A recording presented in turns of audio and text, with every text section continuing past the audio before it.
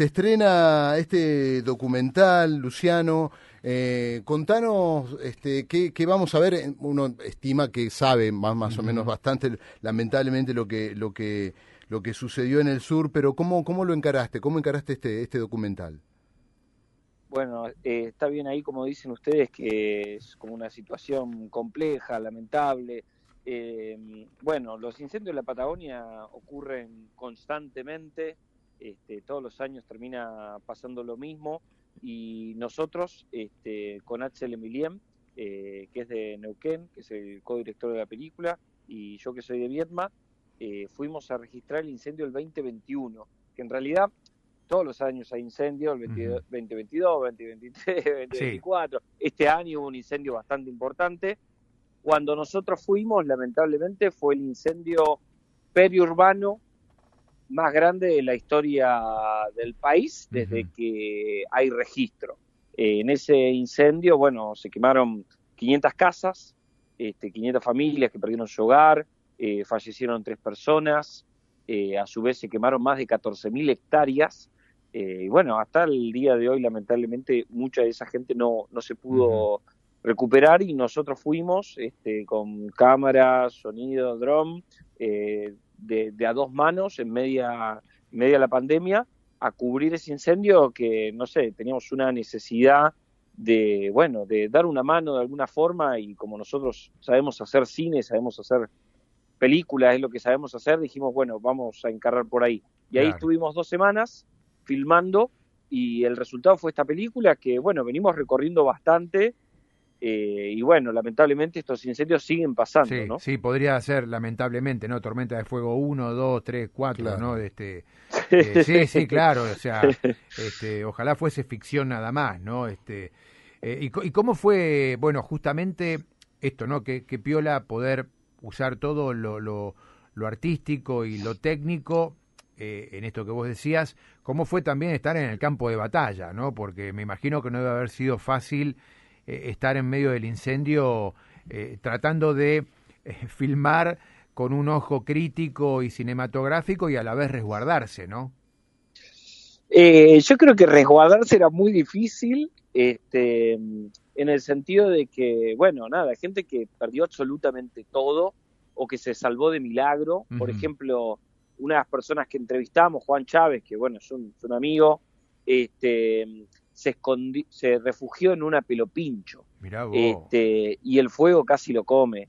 Y bueno, estaba ahí con una vecina, él y los 2 hijos de la vecina, y justo tenían 4 pelopinchos, que las usaban como tanque australiano en el verano, porque a veces no hay agua. Se quemaron las 3 pelopinchos, y cuando quedó la última, el agua de las otras pelopinchos mojó el césped y se salvaron. Entonces era un tema complicado porque, nada, nosotros hacíamos la entrevista y nos largábamos a llorar, ¿viste? Ujú. Era como muy, muy dura la situación, pero peor era para la gente que perdió todo, perdió sus animales, perdió su trabajo, su casa, Entiendo, ¿viste? Cuando Luciano, perdés también una que casa, sí. lo que se relata, asumo, digo, que lo que se mantiene en el relato del documental es la certeza de que los incendios son intencionales, digamos, que son por una intencionalidad política, económica, ¿verdad? Totalmente, y eso pasa todos los años. Eh, Primero que se habla de que la mayoría de los incendios que se ocasionan son intencionales, o sea, estamos hablando de un poco más del 90%. O Ujú. sea, siempre hay una intencionalidad, una mano ahí, también descuidos. Lo que se está viendo, que bueno, esto lo dice en general la gente del lugar, es que bueno, todos los años se repite lo mismo. Este año fue un incendio bastante complicado a principio de año, que se dio cerca de la zona del Bolsón, aunque no Sí, fue sí, solo en el sí, sí. Bolsón, sino también en Epuyén, y se quemaron un poco más de 164 casas. Ujú. Este, y nosotros con Axel pensamos, bueno, podemos ir a filmar quizás, ¿viste? De nuevo. Y cuando veíamos la escalada de cómo se estaba dando todo el incendio, era como un déjà vu, en el sentido de que, bueno, nada, se da el incendio, se empieza a quemar todo, no se sabe muy bien quién es, Ujú. culpan a los mapuches, que no tienen nada que ver, Sí. que mismo la gente lo dice que no tiene nada que ver, los culpa, alguno va preso, luego lo sueltan, luego se olvida el tema, y el 2026 volveremos a estar Sí. en esa. Entonces, como que, bueno, nosotros dijimos, ¿para qué vamos a hacer una película sobre Sí, algo una que ya, situación que se está claro. repitiendo? Sí. Lamentablemente es algo que pasa todo el tiempo, y bueno, por suerte la gente en general está acompañando la película. eh, Estuvo en varios festivales de cine, estuvimos presentando en Italia, en Dinamarca, ganó premios en España, en Estados Unidos, acá en Argentina. eh, y ahora el lunes 30 vamos a hacer una función especial que va a ser apta para personas sordas. Qué Yo bien tengo amigos eso. de la comunidad. Sí, Qué bien eso. tengo amigos de la comunidad sorda y bueno, nos ayudaron ahí con el subtitulado, que no es un subtitulado común y corriente, sino se sonoriza de todo lo que tiene que ver con la sonorización de la película, se describe para que bueno, la persona sorda se pueda orientar, se pueda imaginar cuál es el contexto que está pasando, si hay una música, qué tipo de música es, si es una música tensa, una música suave.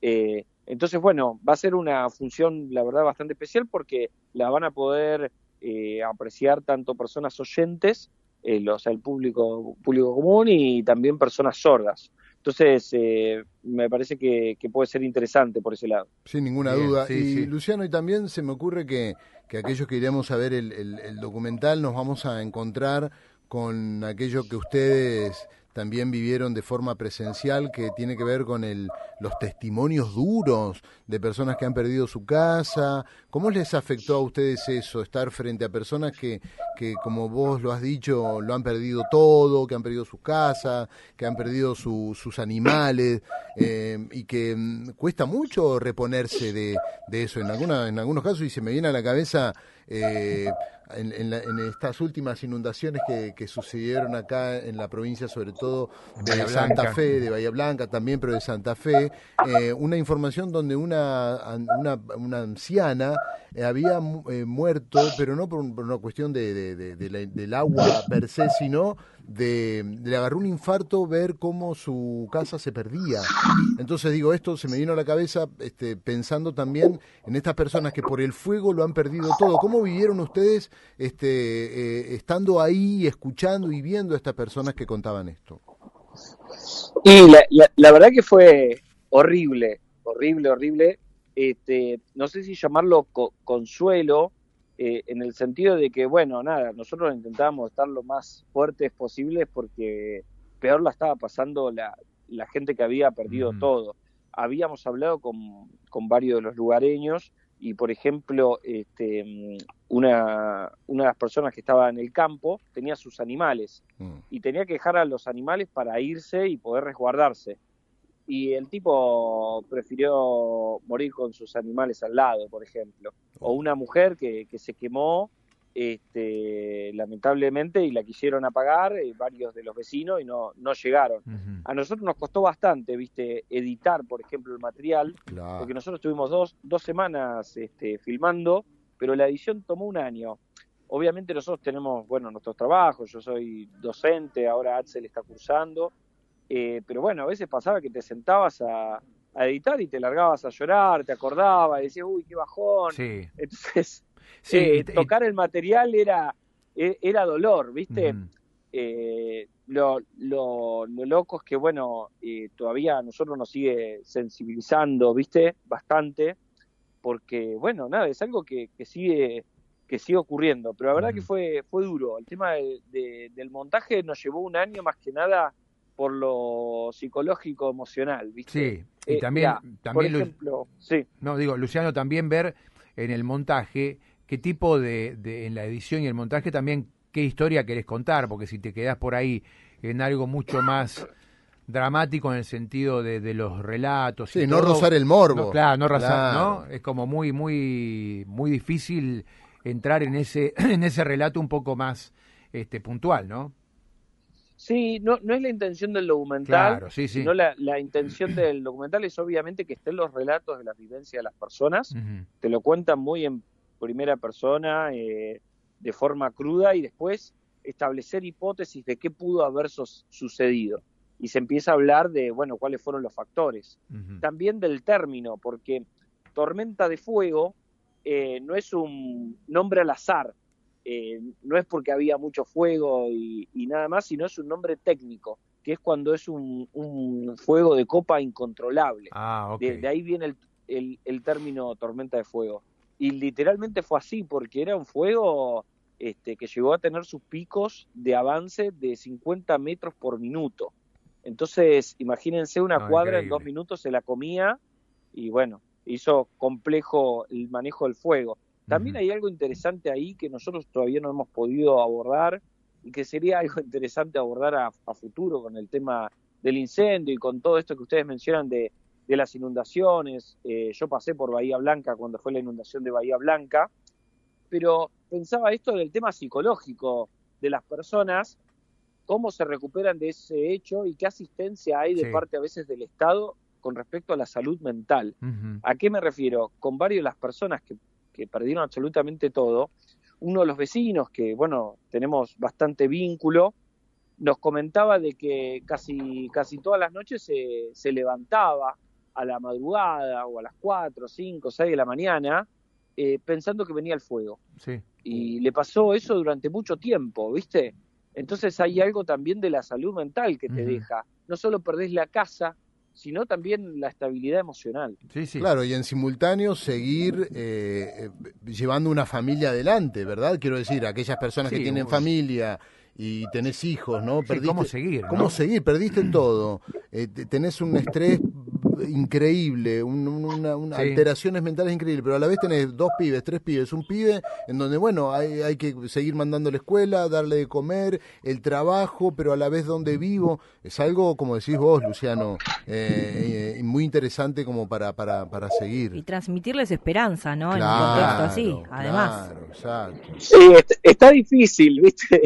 Porque como los incendios ocurren todos los años, lo que me comentan varios vecinos, que dicen, bueno, estamos acá esperando, ojalá que no venga para acá, y si no viene, bueno, vamos igual a ayudar. Hay una solidaridad poblacional increíble, y la gente está muy metida en el tema, bastante instruida en el tema de los incendios, porque bueno, hay una falta todavía de respuesta ante muchas cosas a nivel nacional, si uno quiere pensar, a veces provincialmente también, donde hay que tomar acción, no puede ser que todos los años sea lo mismo. Tal cual. Obviamente los incendios van a ocurrir, pero hay que prevenir de otra forma. Digo, justo el laburo de los brigadistas, de los bomberos es una cosa increíble. Si se recorta presupuesto ahí, bueno, es una intencionalidad para que el año que viene tu incendio sea menos controlable, ¿viste? Entiendo, Luciano, que también nombraste brigadistas, bomberos, que son fundamentales para estas ocasiones, para estos momentos tan trágicos. También aparecen en el documental, digo, en términos de testimonio, dando su comentario o algo por el estilo. Sí, bueno, nosotros intentamos darle a voz a las personas que saben del tema. O sea, nosotros nos fuimos empapando bastante filmando, pero bueno, hay entrevistas a bomberos, a brigadistas, por ejemplo el Spliff, que es bastante importante, que es del Río Negro, da todo un raconto con respecto a los incendios, por qué se ocasionan. Nos parecía también importante que el público sepa de dónde se originan, ¿viste? Luciano, te agradecemos un montón. El lunes próximo a las 8 de la noche en el Cine Gomón, en el hermoso Cine Gomón, ahí en Rivadavia, al 1600, se estrena Tormenta de Fuego, este documental acerca de los incendios en la Patagonia. Acabamos de hablar con Luciano Nachi, su director. Te mandamos un abrazo muy grande, Luciano, y te agradecemos y te felicitamos. Muchas gracias a ustedes, y en caso de que quieran venir, mándenme un mensajito que les guardo ahí unas entradas. Va a haber música en vivo también, que va a estar Johnny Jett tocando, y algunos lápices plantables, así que de la función. Y muchas gracias nuevamente. Cuídense, un gran abrazo.